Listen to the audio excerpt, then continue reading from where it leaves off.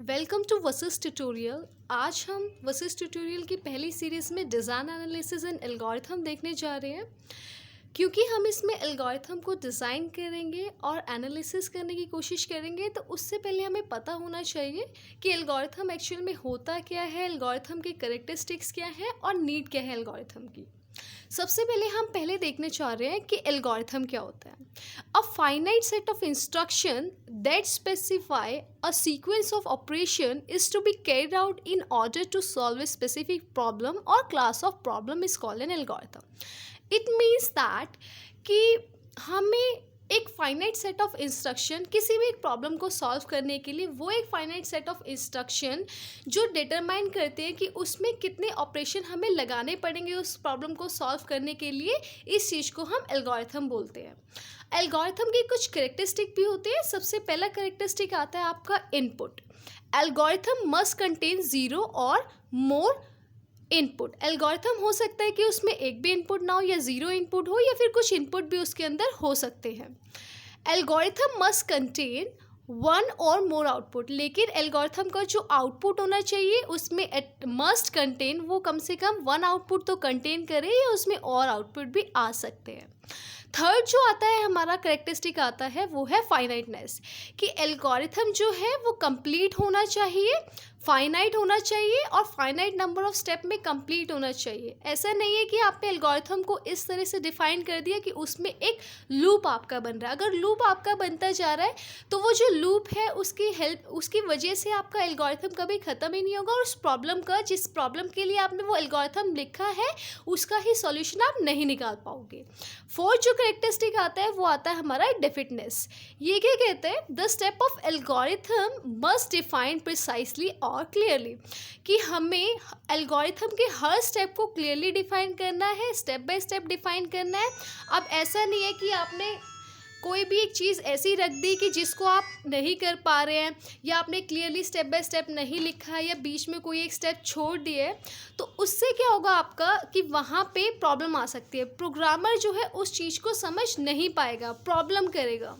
फिर फिफ्थ जो प्रॉब्लम आती है वो आती है हमारी इफ़ेक्टिवनेस की प्रॉब्लम आती है, कि एक जो प्रोग्राम हम जो या फिर एल्गोरिथम हम लिख रहे हैं किसी भी एक प्रॉब्लम को सॉल्व करने के लिए, उसको हमें इतना सिंपल वर्ड में लिखना है ना कि कोई भी, चाहे वो स्टूडेंट है या कोई भी प्रोग्रामर है, उस एल्गोरिथम को वो आसानी से समझ ले। इस अकॉर्डिंग हमें वो एल्गोरिथम लिखना है। अब तक हमने देखा है कि एल्गोरिथम क्या होता है, करेक्टरिस्टिक क्या है एल्गोरिथम के। अब नेक्स्ट टॉपिक जो हम देखने जा रहे हैं कि हमें एल्गोरिथम की ज़रूरत क्यों पड़ी। एल्गोरिथम की ज़रूरत हमें क्यों पड़ी, इस चीज़ को पहले मैं एक एग्जांपल से सॉल्व करती हूँ। सपोज़ करते हैं कि हमें कॉलेज जाना है, तो हमें कॉलेज जाना है। सबसे पहले हम देखते हैं कि एक रात पहले हम शेड्यूल तैयार करते हैं कि अगले दिन हमें 6 बजे उठना है और उसके बाद 6 से जो 7 बजे का टाइम हमें लग रहा है वो उस टाइम के बीच में हम रेडी हो रहे हैं। इस टाइम में हम अपना बात भी कर रहे हैं, हम ब्रेकफास्ट भी कर रहे हैं।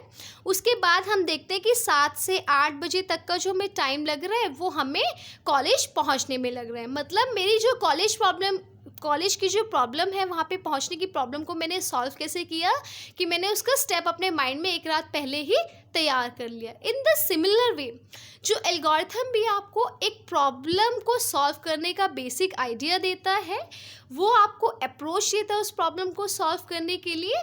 और थर्ड क्या है, to improve the efficiency of existing technique, कि जो टेक्निक आपकी ऑलरेडी एग्जिस्ट कर रही है उसको इम्प्रूव करने के लिए, उसकी एफिशिएंसी को इम्प्रूव करने के लिए भी हेल्प करता है। साथ के साथ आप इन्हांसमेंट कर सकते हो, एग्जिस्टिंग टेक्निक को रीयूज़ कर सकते हो। फोर्थ क्या कहता है, ये जो एल्गोरिथम को डिज़ाइन करना एक बेसिक प्रिंसिपल आपको प्रोवाइड करता है, एक सिद्धांत आपको देता है। नेक्स्ट जो हम इसमें देखने जा रहे हैं वो हम ये देखने जा रहे हैं कि टू कंपेयर, एल्गोरिथम की हेल्प से जो हम एक एल्गोरिथम की परफॉर्मेंस है उसको भी हम दूसरी टेक्निक के साथ हम कंपेयर कर सकते हैं। नेक्स्ट जो सिक्स्थ इसकी नीड है वो क्या है, अगर हमारे एल्गोरिथम होंगे तो एल्गोरिथम की हेल्प से हम जैसे जैसे हम स्टेप लिखते जाएंगे उस अकॉर्डिंग हम ये डिटरमाइन करते चले जाएंगे, हमें ये आइडेंटिफाई कर लेंगे कि हमें इतने ह्यूमन रिसोर्सेज चाहिए या इतने हमें मेमोरी रिसोर्स या इनपुट आउटपुट रिसोर्सेज हमें चाहिए उस चीज़ के लिए। जो बेसिक जो एल्गोरिथम एक हमें ये चीज़ भी प्रोवाइड करता है कि जो भी हमने एल्गोरिथम लिखा है उसको भी हम मेज़र कर सकते हैं कि वो बेस्ट है, एवरेज है या फिर वर्स्ट है। तो ये जो है हम कॉम्प्लेक्सिटी की हेल्प से डिटरमाइन करती है कि स्पेस और टाइम कॉम्प्लेक्सिटी से, जिसको हम अपने नेक्स्ट वीडियो में देखेंगे। नाउ इस वीडियो का जो मेरा लास्ट टॉपिक है वो है मेरा एल्गोरिथम वर्सेस प्रोग्राम, कि एल्गोरिथम और प्रोग्राम में क्या डिफरेंस है। जैसा कि मैंने अभी आपको बताया कि a finite set of instruction that specify a sequence of operation to be carried out to solve a problem of or a class of problem is called an algorithm। मतलब कि एक एल्गोरिथम क्या है, एक फाइनाइट सेट ऑफ इंस्ट्रक्शन है, किसी भी एक प्रॉब्लम को सॉल्व करने के लिए कितने ऑपरेशंस उसमें लगते हैं, इस चीज़ को हम एल्गोरिथम कहते हैं।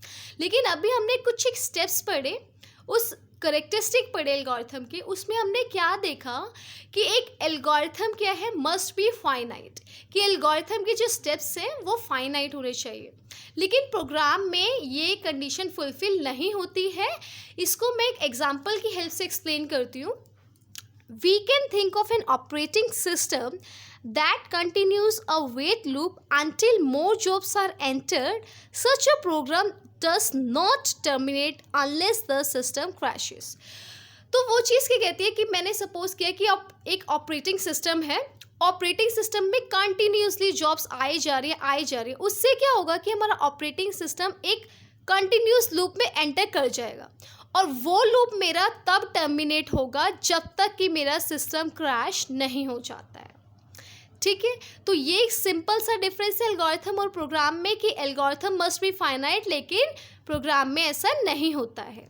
अब नीचे एक डायग्राम दिया हुआ है, वो डायग्राम क्या कह रहा है कि एक मेरी प्रॉब्लम है, प्रॉब्लम के अलग अलग यूज़र, अलग अलग प्रोग्रामर या अलग अलग स्टूडेंट के अकॉर्डिंग उसके अलग अलग एल्गोरिथम तैयार किए गए हैं, या फिर किसी एक बंदे ने भी इनको तैयार कर सकता है डिपेंडिंग ऑन देयर थिंकिंग। तो हर जो एल्गोरिथम है उसके कितने नंबर ऑफ प्रोग्राम्स बन सकते हैं, चाहे वो अलग अलग प्रोग्रामर की सोच अलग अलग होती है या फिर एक प्रोग्रामर भी एक एल्गोरिथम की हेल्प से मल्टीपल प्रोग्राम्स या अलग अलग प्रोग्राम्स को बना सकता है। नेक्स्ट वीडियो में हम देखेंगे एनालिसिस ऑफ एल्गोरिथम, कॉम्प्लेक्सिटी देखेंगे, स्पेस कॉम्प्लेक्सिटी, टाइम कॉम्प्लेक्सिटी, और उस पर बेस कुछ ग्राफिकली देखेंगे स्पेस कॉम्प्लेक्सिटी और टाइम कॉम्प्लेक्सिटी को, और उसके कुछ न्यूमेरिकल देखेंगे। Thank you for watching Vashishtha tutorial. Please like, subscribe our channel and please bell icon को दबाना मत भूलिएगा ताकि मेरी आने वाली वीडियोज़ की भी आपको अपडेट मिलती रहे। Thank you so much.